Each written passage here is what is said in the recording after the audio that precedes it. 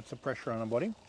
And if I want to give my partner a long bounce, I can't empty him out completely. So if I feel his tension and I put sung into it, that sung has taken away my ability to bounce him, because there's nothing there for that reactive thing to happen.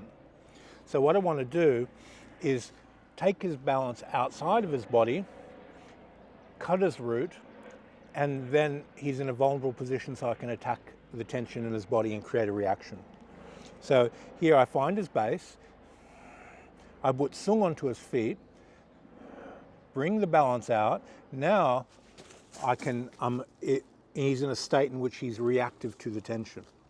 So if I sung the contact point, let's say you make knuckles, and I just put the sung here in the upper bridge, I've taken away that line to get to his tension. So I want to leave this tense and leave a false bridge, take his base away, the tension is still there, get the balance open, and then get the reaction between his tension and my energy. Yep.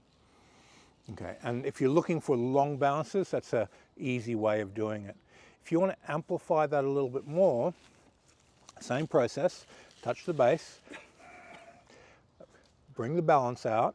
Now I feel his tension in his body, I put some fire element into it, and then I hit that fire element with my fire element, so you get this two magnets repelling each other effect, and then you can amplify that even further by putting fire in.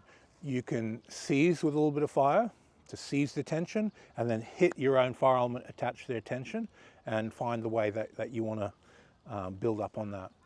So empty the feet so the root's cut, pull the balance out of center, feel the tension, and then attack the tension, and then work on methods of how you can more efficiently get your energy to punch his tension and make him fly.